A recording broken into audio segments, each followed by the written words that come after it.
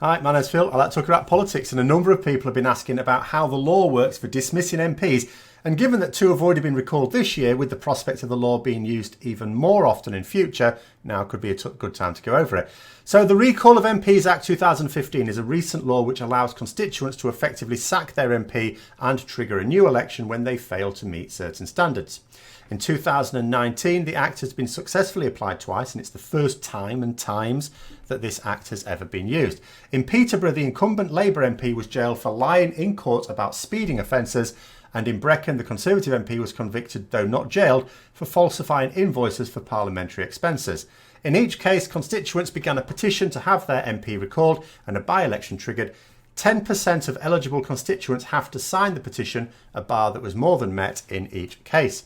Now, given the nature of their recalls, you might imagine that the law states that an MP being convicted of a crime is sufficient to allow the petition to be offered.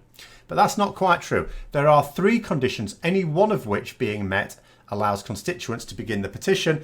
These are called the recall conditions and are as follows. So first, the MP, after becoming an MP, is convicted of an offence and sentenced to some form of detention, not including remand.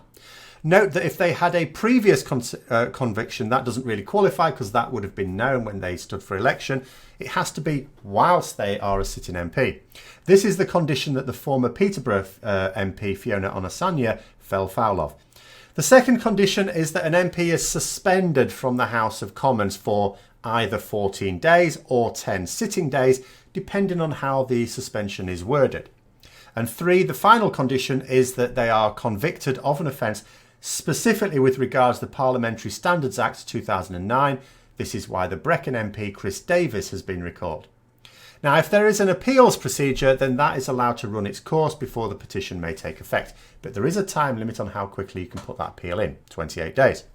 So MPs can still commit crimes whilst an MP and be convicted if they don't have friends in high places to block the police from investigating. And they could still be safe from recall. It just depends which crime they are convicted of and, in most cases, what the sentence is.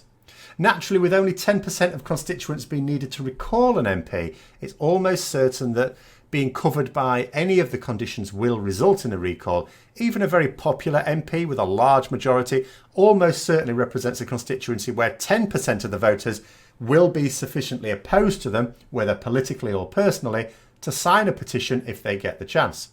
It should also be noted that if an MP is recalled in this way, they are still allowed to stand for election again. Davies, for example, is being backed by his local party and the national leadership has nothing against him, so he will be standing as the Conservative candidate when the election in Brecon and Radnorshire is run again. In order for the by-election to be held, MPs in the Commons have to issue and approve a writ. It's usually for the party that lost the seat to begin these proceedings, though a majority of the House still has to approve it as they do with any business.